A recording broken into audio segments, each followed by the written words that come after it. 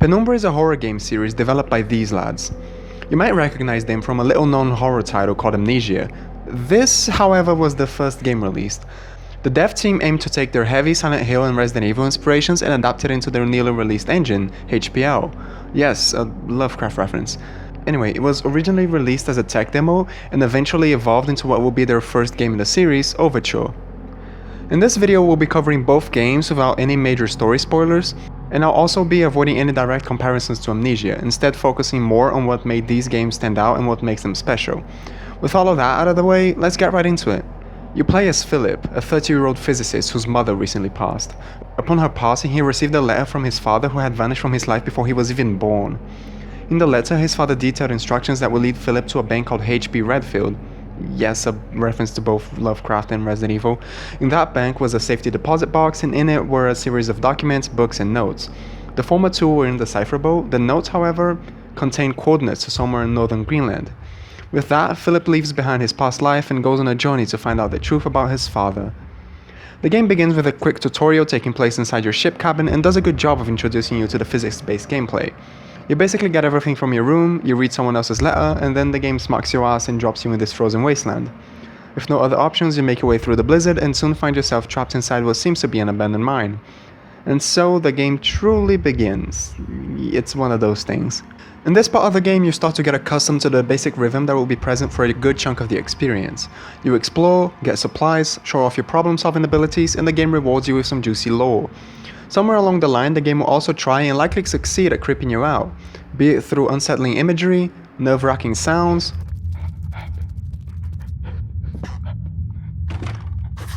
or real good use of soundtrack.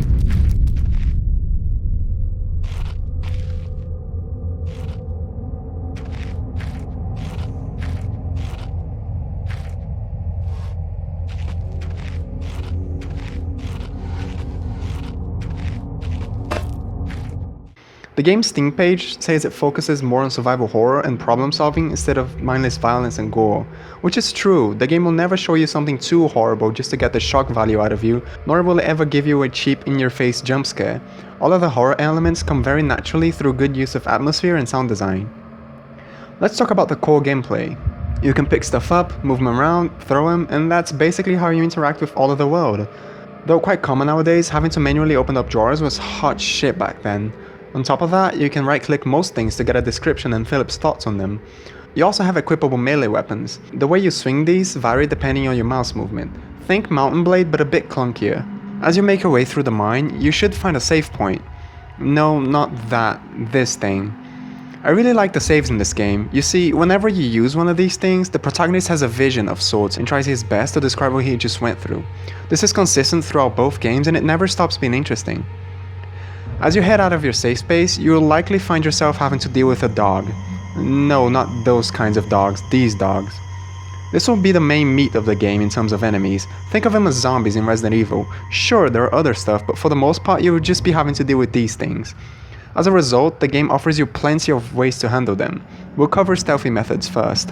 The way stealth works in this game is very simplistic. You find a dark spot, you crouch, sit still for a bit, your vision goes blue, and bam, for all intents and purposes you're invisible.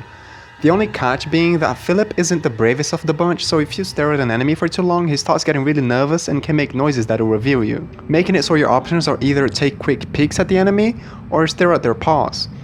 Philip is okay with seeing their paws.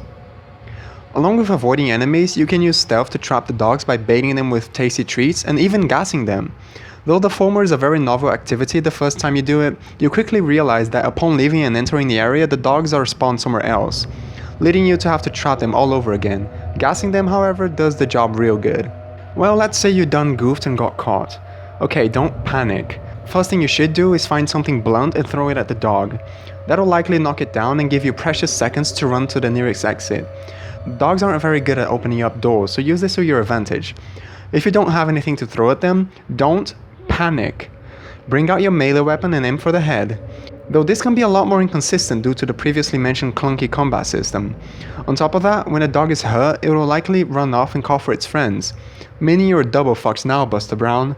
Again, just knock him down and run for your life. The combat can be quite fun, and while you'd think dogs wouldn't be scary enough to last a 5 hours game, I found myself getting caught off by one of them 30 minutes before the game's ending and still jumped to my seat. Good sound design goes a long way to fill gaps left by dated low-budget models.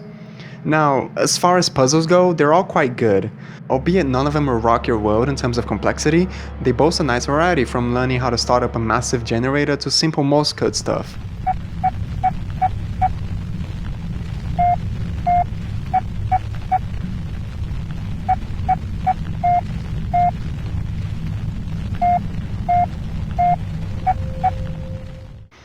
It's all really fun, and there aren't really any parts of the game where I had to stop for too long to figure something out. Most of the problems you'll solve by going through your notes and finding the sometimes excruciatingly obvious clues.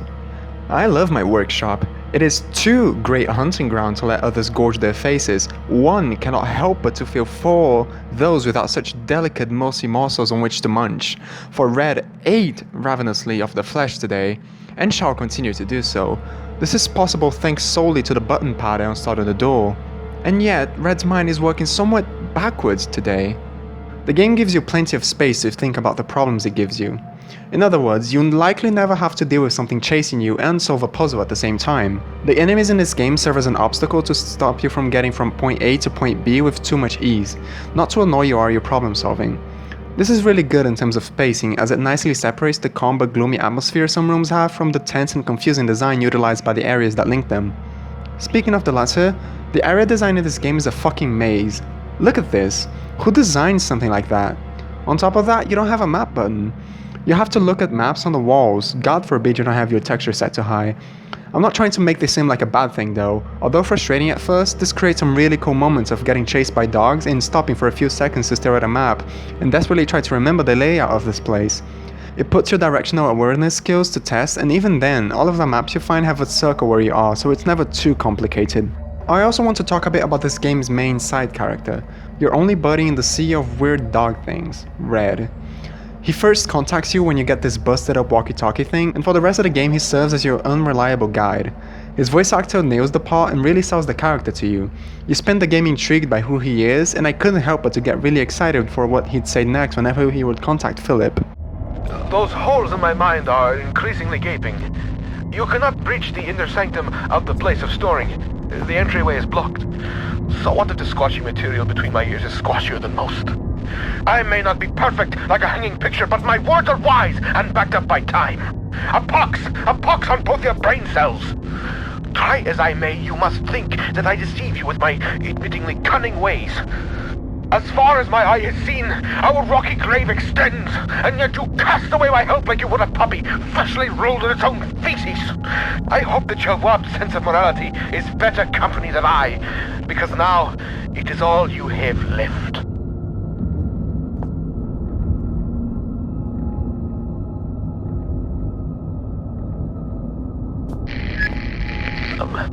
I'm sorry. Sometimes my emotions are like a disobedient pet. Uncontrollable and often rolling in shit. Better safe than sorry, they say. But I think we are both sorrier than we are safe. A tunnel lies between a nearby watery cave and the place where things are kept. Take the second right from the closed door, and you will find what you seek. Before we move on to the second game, there's still a few things I would like to point out, like the flashlight being essentially useless. You see, while the glowstick has limitless juice, the flashlight runs on battery. Theoretically, you should use the flashlight for most of the game and only resort to the glowstick in case you run out of charge. Now, in reality, the light offered by the flashlight is only so marginally better there's almost no benefit to choosing it instead of just sticking to the unlimited light offered by the glowstick. I finished the game without ever going below 50% in my batteries, but even if I did, the game showers you with supplies, including stuff you'll likely never use, like flares. But hey, even the stuff I did use, like beef jerky to lure dogs, I still ended the game with over 10 of them. I was playing on hard too, so it's not a difficulty balancing issue. Well, that's just about all of my thoughts on the first game, so without further ado, let's move on. Black Plague takes place right after Overture, but you're even deeper into the mines and in some facility complex. Though they look similar, this game can feel really different from the last. The easiest way for me to explain this is to say that while Overture is a survival horror game, this is more like modern horror. In other words, while you were previously figuring out the best way to deal with your enemies without draining your supplies, you're now just stunning them and running away. You see, the game did away with the weapon system, so now the only tools for combat you have are random garbage you found lying around. That's not a bad thing though. The game changed its pacing to fit it, and like I said previously, the game will never face you with an annoying enemy that'll interrupt a puzzle or anything like that. Anyway, let's take a closer look at this game's main enemies. It's these boys. Now, right off the bat, you notice that they look a fuck of a lot scarier than dogs. They sound scarier too. There are different types of them going around. Some of them have crowbar that helps them bust down doors you barricade. Some of them have an axe that helps chop you up. Some of them have flashlights, meaning you can't just hide to the side of a corridor anymore like you did with the dogs. They will see you. So you have to use cover and stuff like that. And right, the puzzles, although not bad, aren't as good as they were in the last game. They're just not as fun, and I found myself getting stuck at times. Even after beating the game and looking stuff up online, I still don't fully understand how some of them work. Now, on top of notes, we also have computers providing exposure and lore. Don't worry though, Philip still writes down on paper everything you read on the computer. What a good boy. Computers also serve as one of the puzzles in the game, a driver installing puzzle. Yes, I shit you not, it's also one of the better puzzles. Let's talk side characters. This game has two really good ones, Clarence and Annabelle. Clarence is your self-proclaimed guardian angel. You can probably guess this from the game's title, but somewhere along the line Philip got infected. This virus reacted in a weird way with our protagonist and became a narrator of sorts. Continue to share this brain space. I think I should have a name. Strange. So rare an opportunity to select one's own nomenclature, and yet I find myself at a loss. Any ideas, monkey?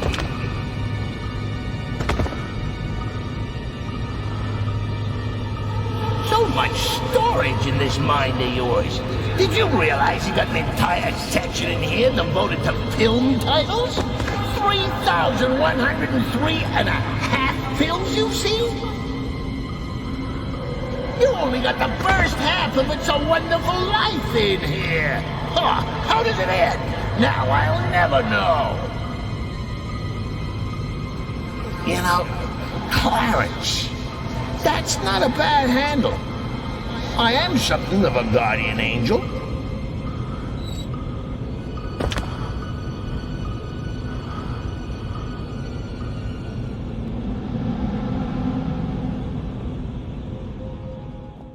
Clarence is an incredibly entertaining character, and every line of his is delivered really well. After making some space in your head by deleting your chemistry knowledge, Clarence spends the rest of the game taunting you. Ah, who's your poor monkey friend? Is he alright? He looks a little under the weather. Beckoning enemies to kill you.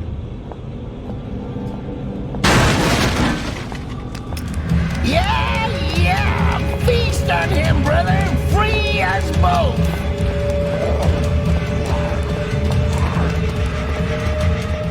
Giving you hallucinations.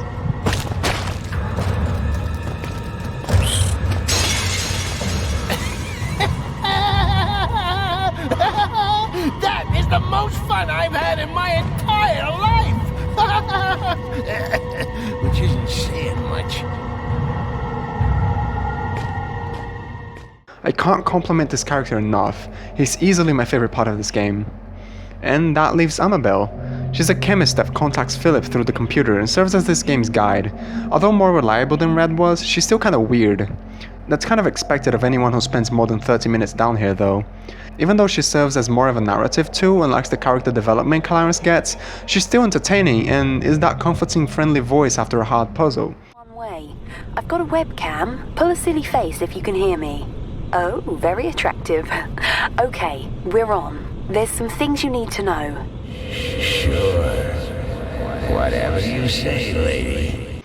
On top of all of that, hearing Clarence talk shit about her is priceless. Wanna let her rot a few more hours, make her really appreciate this daring rescue attempt? Or shall we go let her out now? Make the most of her while she's vulnerable? Huh? Nudge, nudge, wink, wink, eh? A few more things worth mentioning is how the flashlight is actually useful in this game, as in the glow stick shines less and the flashlight lights up more. They added a rotate button, which surprised me that I didn't notice the first game despite the heavy physics focus didn't have one of these. There are some areas that are just bullshit, like this outside one where you have to constantly run back into the shed not to freeze to death, making it so you have to run out, do part of the puzzle, run back in, repeat. This game has collectibles which are very on the nose about how gamey it is, so it can break your immersion a bit. The ending drags on a bit too long for my liking, like, the game has the same length as the last one, 5 hours, but it's just not as well paced towards the end. Supplies are still way too abundant. Even though I was using my flashlight a lot more, I still ended the game with over 10 batteries stored. Oh, and not as important, but for some reason if you get inside these dog cages you can hear dogs growling real fucking loud. And that about wraps up my thoughts on the second game. Now, there are still a couple things we need to cover from both titles, that is graphics and soundtrack, and I'll talk about both games at the same time in each, due to the fact that in those categories, there really isn't that much difference between the games. Alright, graphics first. Though a lot of the models are poorly made, they for the most part get the job done and don't break immersion. Atmosphere-wise, the games nail it. A good chunk of it is due to the lights and shadows. Some of the areas can look really pretty because of those. There's just something about shadows in games from the mid-2000s that just makes them look very pretty. Might be how sharp they are. The environments the game cover aren't that diverse, but they try their best by using techniques like changing color palettes, but keeping the same assets. This is one of those spots where the game's low budget really shows, but it really never gets too bad. Onto the soundtrack. It's this post-industrial atmospheric creepy stuff. Kinda reminds me of Coil at some points. I'll show you the menu track to give you a feel for them.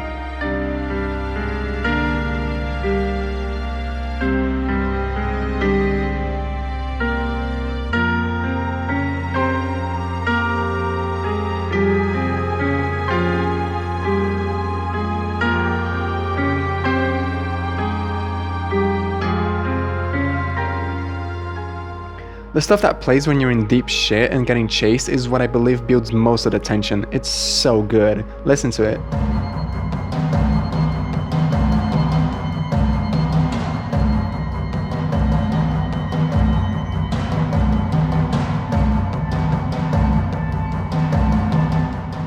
With both games combined, you have just under 2 hours worth of soundtrack.